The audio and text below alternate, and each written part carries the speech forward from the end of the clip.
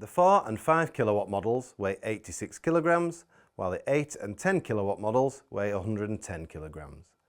Installers need to be capable of correct manual handling techniques.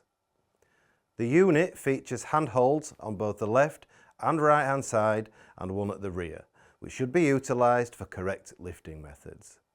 Additionally, there is an option to use wheels or lifting straps if you have them available.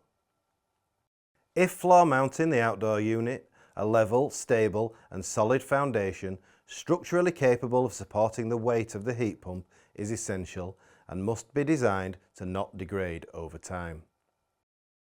It must include the use of vibration-resistant fastenings to prevent loosening over time.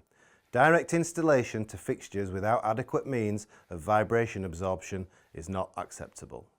The unit must be elevated a minimum of 5 cm and a maximum of 100 cm above ground level.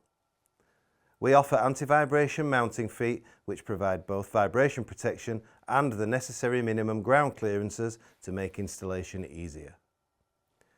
The unit can also be wall mounted onto an anti-vibration bracket but must not exceed a height of 1 metre from the ground.